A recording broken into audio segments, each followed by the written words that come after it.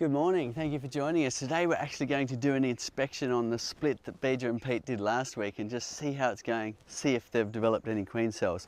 But it's the time of year where the honey's really flowing in, and it's a good time to harvest a bit of honey and make a bit of room so the bees can move some honey up from down the bottom, make more space for the queen to lay, which is a good thing to do to prevent bees from swarming, which is more important than ever at the moment here in New South Wales. So we've just turned the key on that one and the honey's just starting to flow. So we'll go along and turn the key on a few more. Sometimes it's easier just bit by bit like that, and that just makes it easier to turn the key because sometimes the wax and propolis that they've glued the frame parts together is so stuck that it can be quite firm to turn the key. So leave it at the 90 and the honey should start to flow. I'm going to go along and keep harvesting, making some space in the next hive over here as well. So look at that, there is beautiful honey coming in. The bees have done an amazing job of foraging and bringing that nectar in, and then they pass the nectar to a receiver bee, and the receiver bee packs it in the cells, and they do their amazing work splashing it all around the cell walls, drying it out, getting that moisture content down below that 20% range, putting the capping on, which you can see in the side windows here that the bees are doing a great job of putting that capping on as well. So good idea to have a really good look at what's going on in your hive. Try and harvest when the honey is nice and ready. If you come along to this hive here, you can see they've done a beautiful job of capping the honey in the window. You can see the way they put their wax capping on top of the cells if you look down between the frames. So for those that are just tuning in, we are harvesting a bit of honey to make a bit of space in these hives, but we're also going to be inspecting the split that Pete and Beeja did last week to see if there's any queen cells. Now have a look around the front of this hive. This is quite a sight. So this is what a hive looks like when they're actually got too many bees. And the reason why this hive has too many bees is actually because we moved a few of the hives from just around here.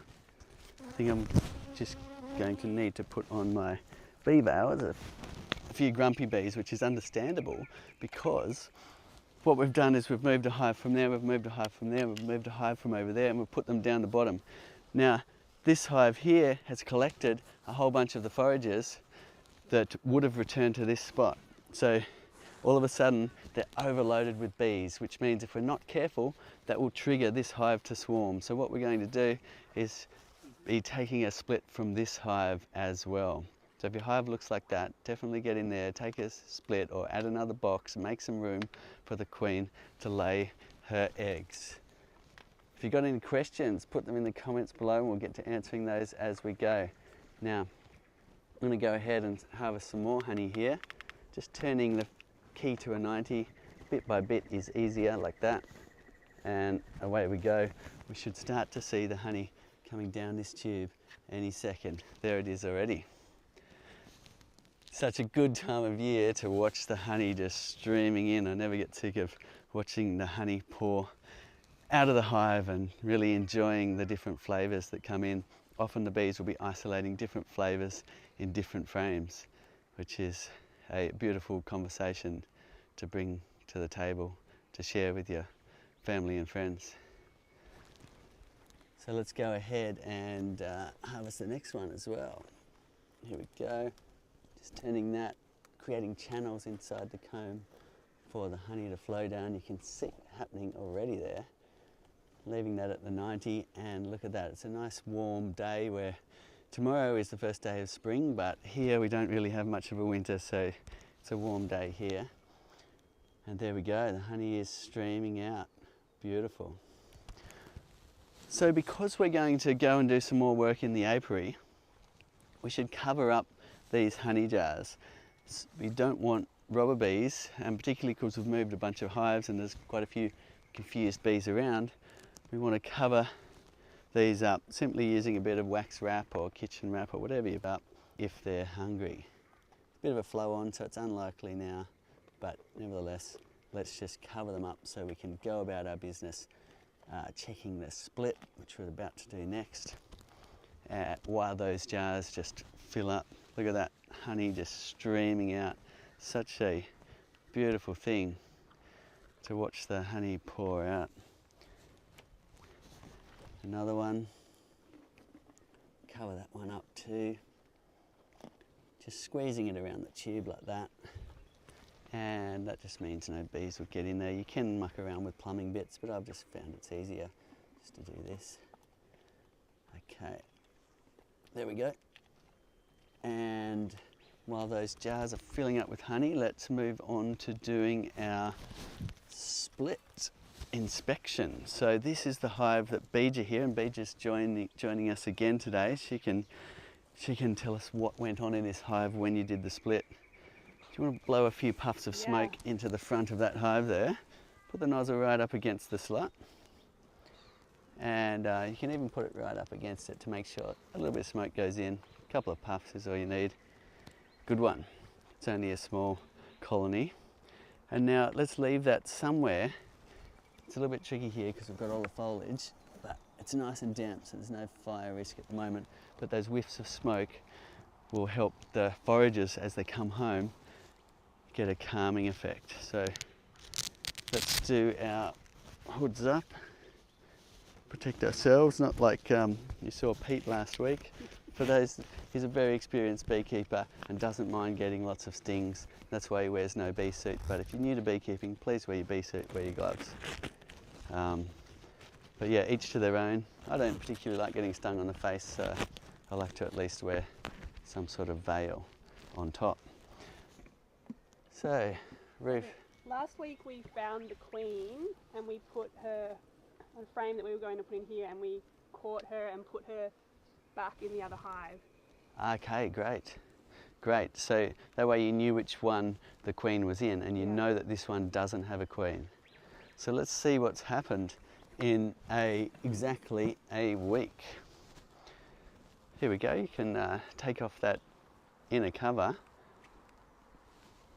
and look at that. So this bee's hive has actually collected a few foragers from some of the hives we moved as well. So that's a good thing, and that was strategic. We actually moved it along to where some hives were moved, and that way returning foragers will beef up the numbers of bees in this hive. Now, when you do things like that, you are risking sharing pathogens and pests between hives. So you're doing that knowingly. So I'm just looking for what would be a virgin queen. I doubt she could emerge in a week actually.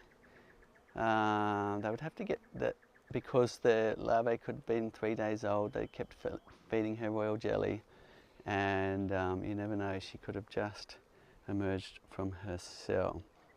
So yeah, these 4 frames were the frames from the other hive, and then these ones on the outside were the new ones. Okay, great. So I'm going to put this inner cover right up against the front as per usual. That means that if there was a queen on here, she could just walk back in, because she's not necessarily in flying mode and might not make it back unless she can walk back into the hive. Next, I'm going to put these little shelf brackets on, which are a handy little thing because we use them for harvesting, but you can also use them as a frame rest. So let's pull the frame out. If you want to grab the smoker and just smoke a tiny bit where we're going to work. Now, because you can see new frames here, it's quite easy just to take the first frame out. So just to give us a little bit of space, let's just take this frame out here. I actually think let's start at this end, because I can see exciting, just a little start to a frame. So that's great. Start with this one here, and you can just pop that out and put that one on the ground. Now somewhere I've lost my hive tool, which happens regularly. Great, thank you. And so you can see not much going on that frame yet. It's only been a week for this split. Unlike a swarm, which can build very, very quickly, the splits are usually a little bit slower. So we can put that on the frame rest, but I might save the space and just shake those bees off back into the hive. We'll put that frame aside. If you just want to pick up the next frame and let's see what's going on there. I can see they've just started to build some nice virgin wax. So virgin wax is the white wax that they make by excreting wax from their wax glands. So very gently lift that up. It's going to be quite fragile, and make sure you keep it in that plane. You don't want to tip it over or it might snap off. But look at that. You can see the bees even festooning here where they're holding their hands and legs, creating scaffolding, if you like, for comb building. And you can see that nice white virgin wax there. In fact, it's not completely virgin wax. They've mixed in a little bit of recycled. You can see the cream colour there. And they're doing about 5.3mm cells, which is their brood size cells, or they're actually multi-purpose cells they'll use for honey or worker brood. Very cool to see them getting started, and they're right on the comb guide, which is perfect. When you are using frames with just the comb guide at the top and allowing them to draw natural comb, then you just want to check regularly, make sure they're going straight in the beginning. Stitch in time saves 9. If they're going wonky, push it back straight. Once they get the idea of going straight, they should stay straight after that. Down, or? We can put this one aside like this, just on our frame rest here. And isn't that beautiful? It's amazing what bees can do. A little bit more smoke here. And remember, if you've got questions, put them in the comments and we'll get to answering those. We might just pull out another frame and just see if we've got any queen cells or signs of the bees making a queen. So bees can go ahead and pull that next frame out. Now this frame will be more robust because even though it's another naturally drawn comb, the bees have been working at it for a while and they've connected it to the side walls, and you should be able to tip this one over a little bit more if need be. That's it. I've gone the wrong way. That's it. No, that was the right way then. So the hook goes under the end bar like that, and you're levering off this frame here. So if you come back, then there's a little point there you lever off. That's it, and then you can pick it up. So you're levering off the neighbouring frame with this part of the tool, or you can just pick it up. They're nice and loose because it was a split from just last week. Now we're picking. This one's quite heavy. Quite heavy, so it's got a bit of honey in it. That means we've got honey around here. You can see, and there's a big drone bee. You can see their big teddy bear eyes. They look quite big and rounded compared to the workers, and quite a lot of honey in the corners, which bee just noticed the weight difference. Honey's quite a lot heavier than brood. So to get a really good look at this frame, we're actually going to need to shake the bees in. I'll give you a little demonstration of how you do that. Now to get bees off a frame that has lots of bees on it, then you'll need to give it a sharp shake, unless you want to slowly brush them off, but you're better off shaking most of them off first. So most actions are quite calm in beekeeping, except for when you're trying to get bees off something. And we're going to shake it right over the hive, because if there is a virgin queen, we want her to stay in the hive. So we'll shake that just like this. Beautiful. Now we can get a better look at what's going on this frame and check for any signs of queen cell or young. There's no eggs or young larvae, which we shouldn't expect, because the queen, even if she has emerged from a cell in a week, she'll need to mate and so on before she can start laying. Okay. Just looking at this, I'm not seeing any queen cells. Queen cells look like a bit like a peanut shell hanging down off the frame. You can see the worker brood here, which is good. There's lots of worker brood to emerge yet, which will beef up the numbers in the hive. and you can see the honey on the edges. So that's a really nice example of the difference between worker brood and honey. Okay, we'll put that frame on the frame rest and go for another one. A little bit of smoke here if you would, and we'll pull out another frame, and what we're doing is just going and checking that they are going to make their own queen. If there's not, you can give them another go by introducing a frame that has eggs on it, and then they can have another go at raising a queen cell. How long would you give them? Like, how long would be too long? So a queen, 16 days is the time frame of a queen to go from an egg to emerging from her cell. So it's quicker than a worker bee of 21.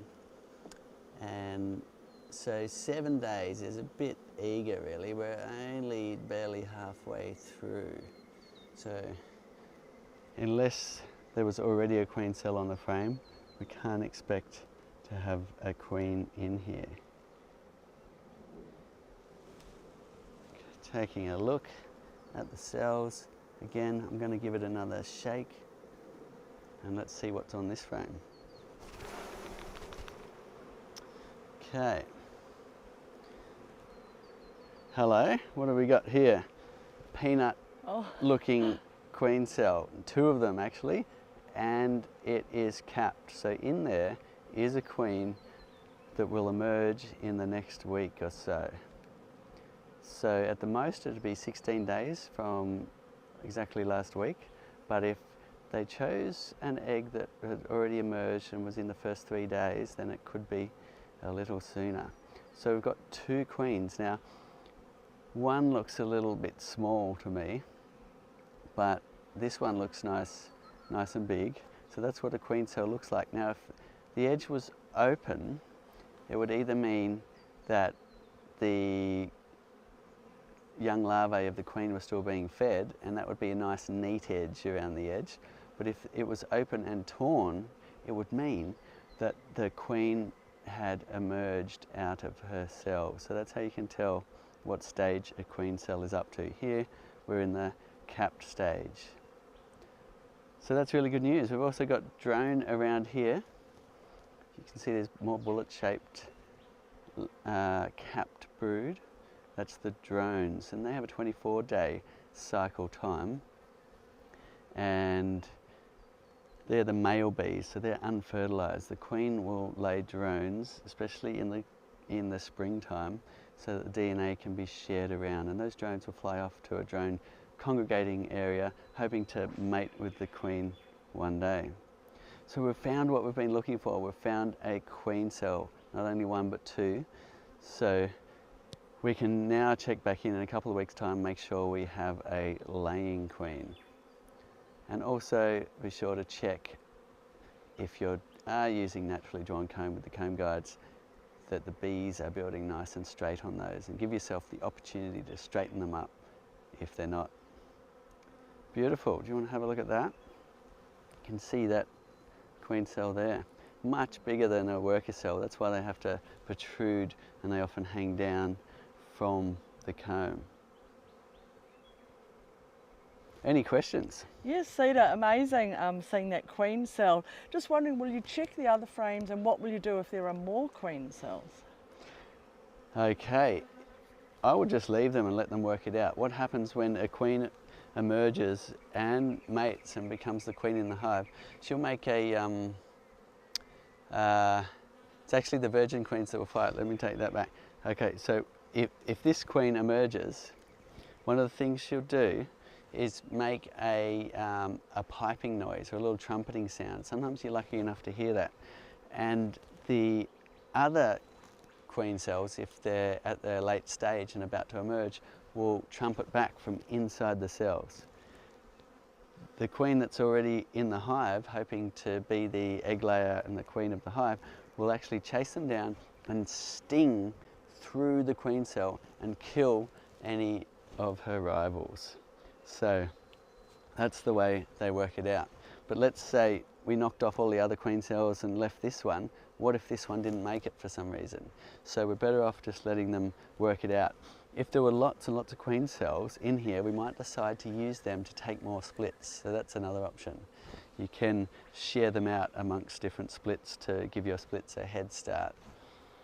So springtime here, it's an exciting time. We're splitting hives, we're making sure to prevent the hive from swarming by doing spring management. Taking splits is my favourite way to do that because you get to have more hives, and if you don't want them, somebody else surely will. Limitations in New South Wales at the moment is you cannot move a hive to another property.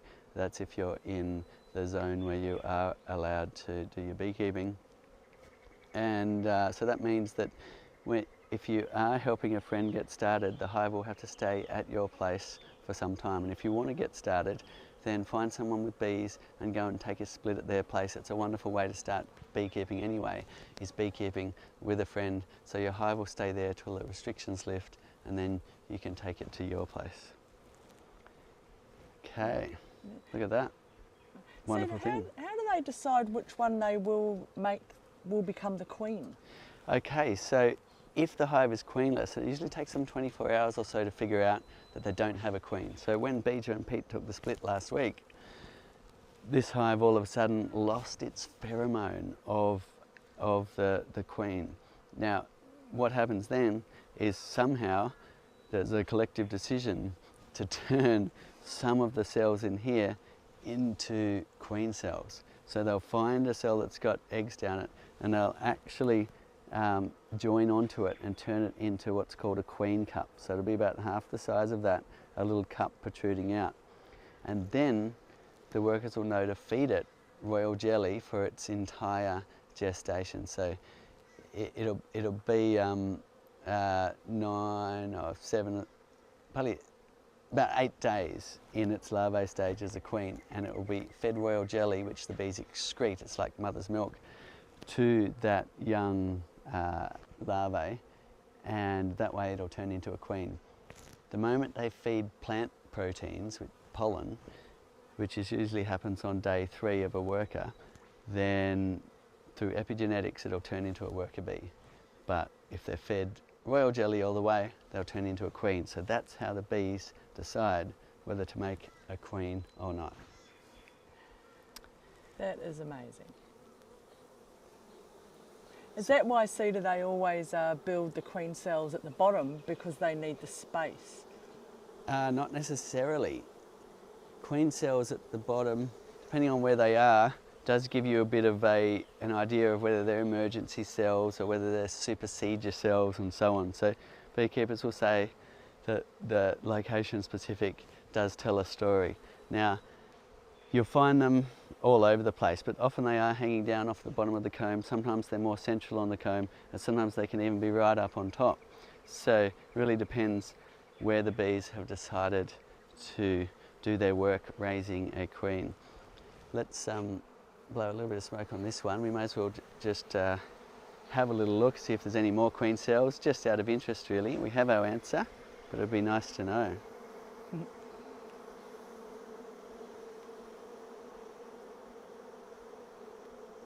There we go. These bees are nice and calm, which is good. Now we have another frame of brood. So this is one of the frames that has been taken out of the other hive when Cedar and Pete did their split last week. So I'm going to shake these bees off and have a look for any queen cells. There we go. Whoops. Okay.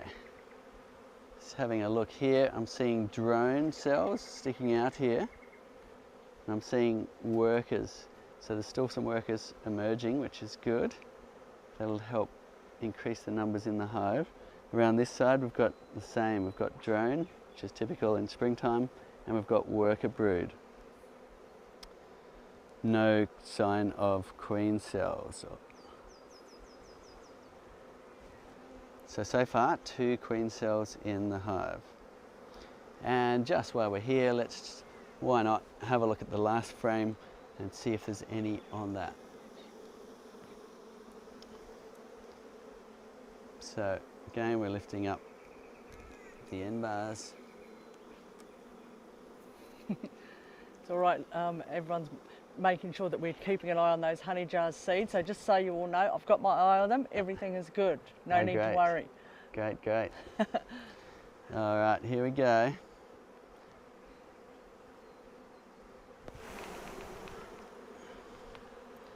And again, we've got a mixture of drones and workers, and we've got a queen cup. So that's fun to see. So I was talking about a queen cup earlier. So there's a queen cup there.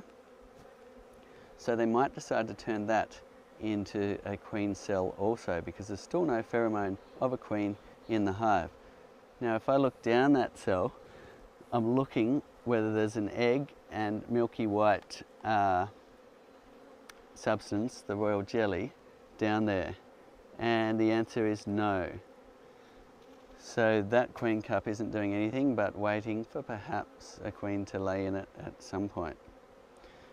The other side of the frame, just turning it around, I'm also not seeing any sign of queen cells.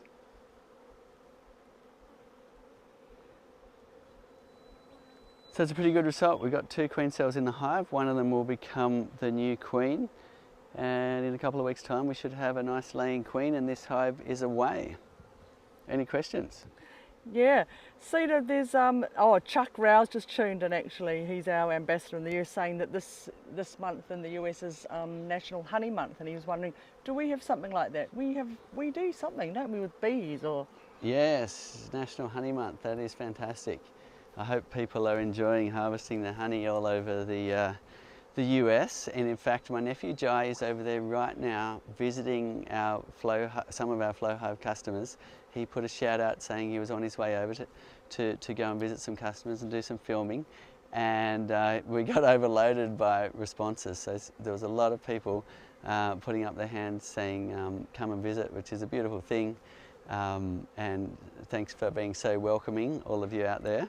And he's really been enjoying learning and looking at all of the different ways people are keeping bees around the US, and also enjoying all the flavours of the honey that are coming in. So Honey Month is a great time to think about honey and the extraordinary thing that it is. Like, these bees have been foraging for up to a 6-mile radius and bringing all of that nectar back into the hive, doing their work, condensing it, trying to get that moisture content down around the 18% range, and then putting their capping on it. And there's as many different flavours of honey as there is nectar producing flowers. So you get all the different colours. Let's go and have a look at the colours while we're on the Honey Month topic. Let's just check on our jars, and then we'll come back and we'll put this hive back together. So, wow, we've got some really different colours, different flavours here. Now it looks like a little bit less honey in this frame, but let's just see what happens over time. This one's filling up nicely. But these two are kind of a darker colour, so they probably have the multi-tones of the heathland here that you get over winter. And then come and have a look at this one. This one's a light colour, a beautiful light sort of golden honey colour, which will have a completely different flavour to this one next to it. So one of the things you enjoy with the Flow Hive is being able to isolate the flavours, and I really recommend harvesting them separately, not mixing all of the frames together. I used to harvest 40 hives and mixed all of the frames together in the conventional way, and you get something called honey, but it's not nearly as enjoyable as tasting all the differences that even can be in one hive like this. So if you're in the US, let us know what your honey is tasting like. See if you can describe it. There is even courses you can do to learn how to really distinguish flavours of honey and really get into the nuances of it. It's a bit like wine tasting. It's a fun thing to do when people come.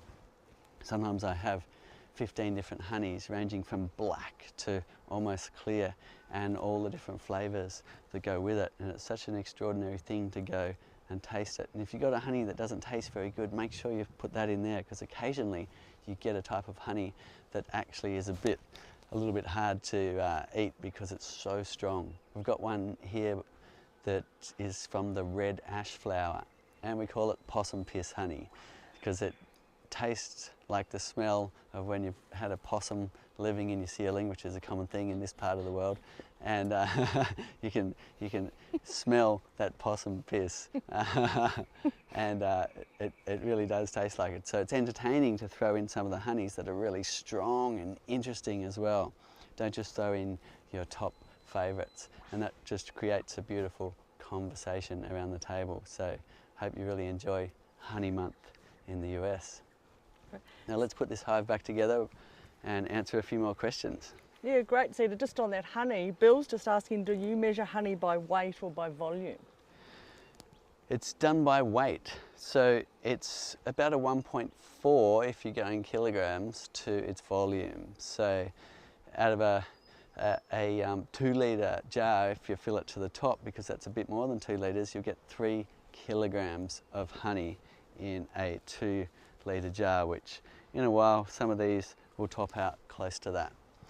So it's an amazing thing. From one frame you get 3 kilograms of honey, and that's enough to last your family all week.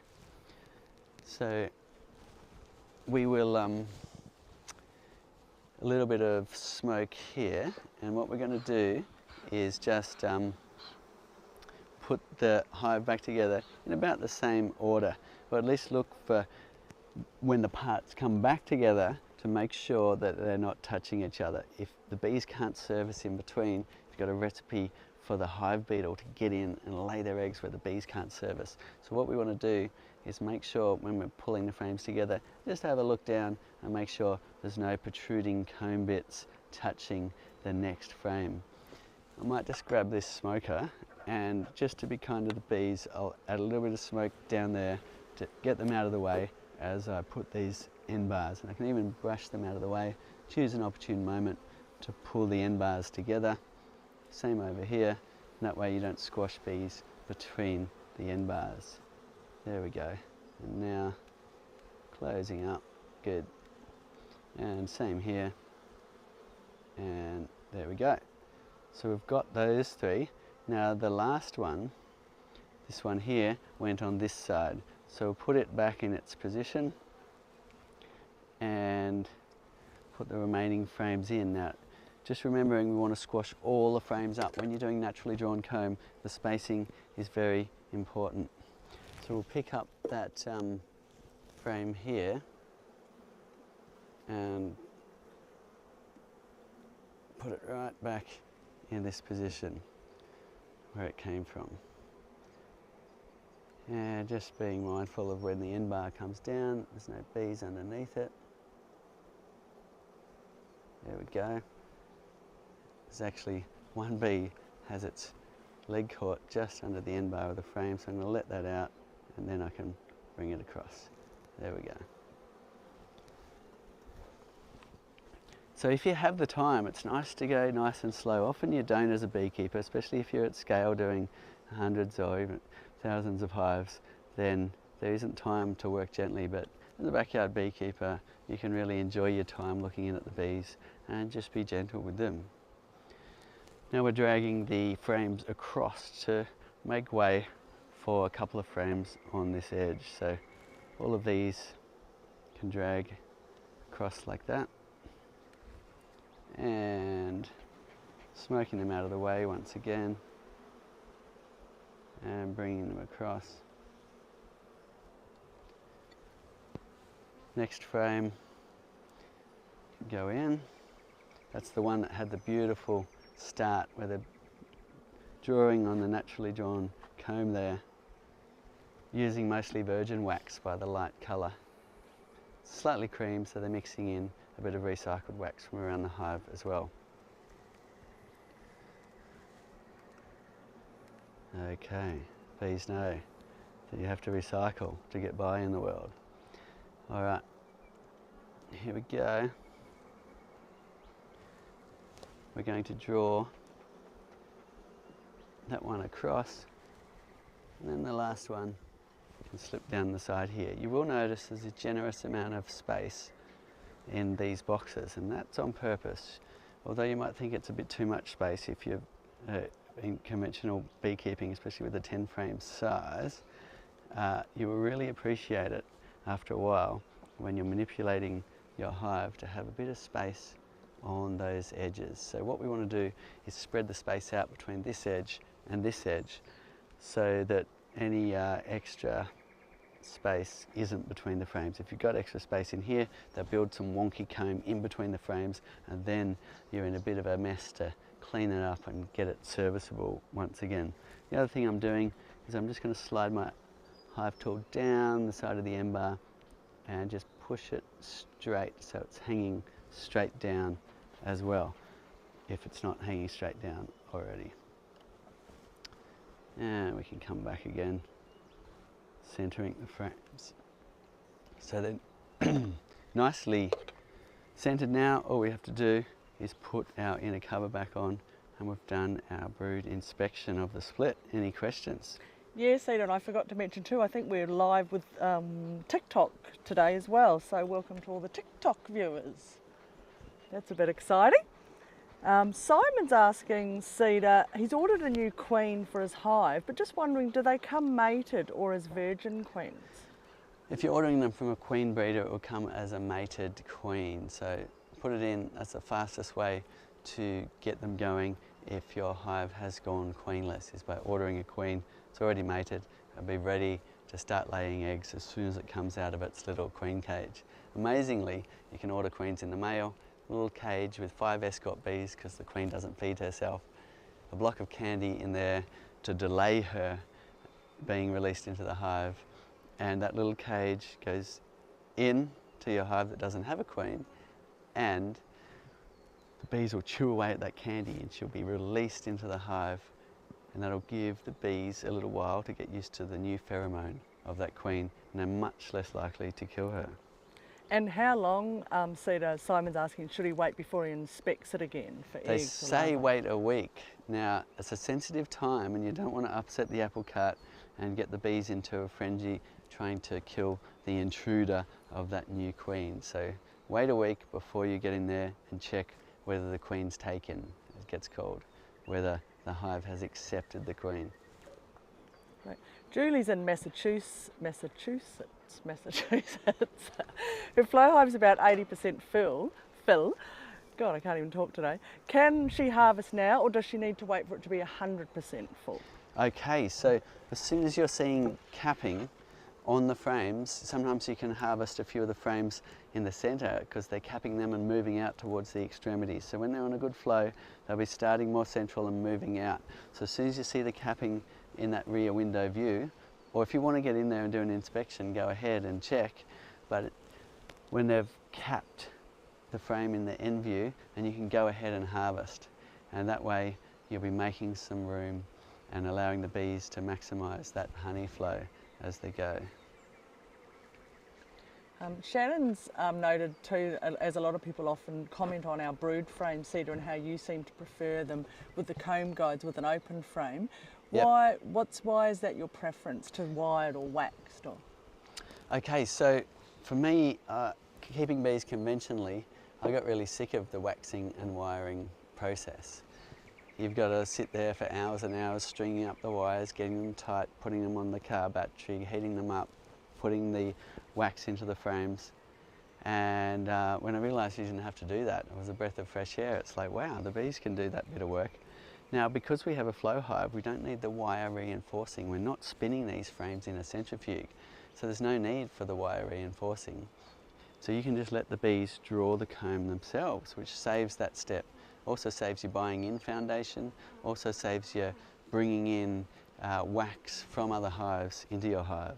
It should be sterilised when they're making the comb, but nevertheless, it's nice to just let the bees make it themselves, keeping it perfectly natural in the brood nest. So on the downside, it's a little bit more work in the hive just as they get started. For me, that's a really nice time. You're in there with the bees. It's a beautiful moment, as you saw today, with the bees producing their first bit of comb. And that's an enjoyable thing to get in there and do, more enjoyable to me than sitting there waxing and wiring frames of a night time. So a little bit more work in the hive, a bit less work out of the hive. There's said to be health effects also, where if you let the bees make their natural comb in the brood nest, then they can size the cells perfectly to suit them. And that's said to have health benefits also.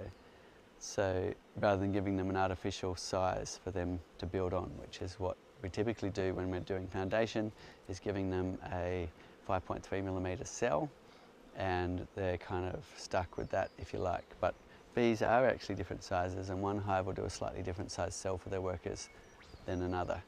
So there's all sorts of advantages, but I just prefer it for all of those reasons. But my father, for instance, he likes to do a bit of a mix-up. He likes to put a couple of foundation sheets in just to give them the idea. It means he doesn't have to come back and inspect that hive so soon, because they've got a nice straight comb to start with, and then they'll follow suit after that. So you can mix it up if you want. Try and see what works for you. You can buy wax foundation or plastic foundation and install it into these frames. They're equipped to do either wax foundation, plastic foundation, or foundationless with the little comb guide that we provide. Right. Paige is commenting on those tastes of honey, Cedar, and she's saying this year their honey tastes like peaches. Oh, lovely. I know. Peach honey. That Yeah, nice. sounds great. So then David's commenting saying, is it the flowers that give the honey the different flavours? Absolutely. So each flower has its own nectar, which has its own flavour. So when bees get onto a good flow of one flower type, which often happens when you've got a big flowering of one of the species out here, then you'll get predominantly that flavour in the frame they're filling up at the time. Now let's dial forward another month and they might be onto completely different flowers when they fill up their frames out on the edge, for instance. So then you get this beautiful thing where your hive is telling the story of what was flowering, and you get to taste those flavours and bring that story to the table. Honey month in the USA, a beautiful time to think about honey and the extraordinary thing it is. It's full of vitamins, minerals, phytonutrients, and even healing properties. So it's well known now that honey can heal some wounds that our Western medicine can't. And for that reason, it's actually stocked now in hospitals all around the world, the medicinal honey from the Manuka or the leptospermins here in Australia, and other medicinal species around the world. So, wonderful thing, honey is. Let's celebrate Honey Month in the US.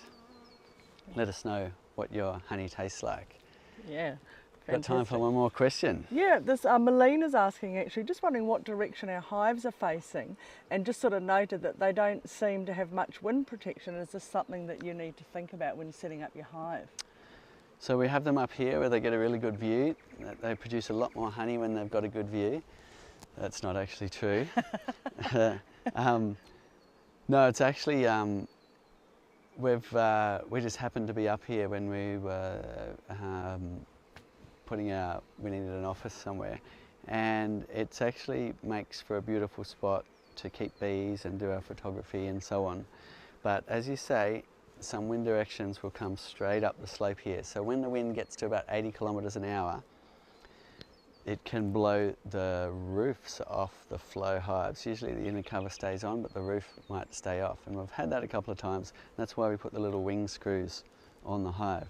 Now bees are very resilient. They can handle strong winds, they can handle extreme colds, and they can handle extreme hots. So the bees will be fine, even if you are in a windy position.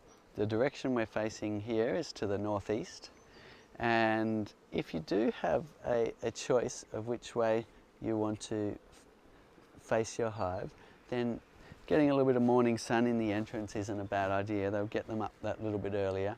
It's a trick commercial beekeepers use to get a little bit more production in the day, is face their hive so some morning sun can come in.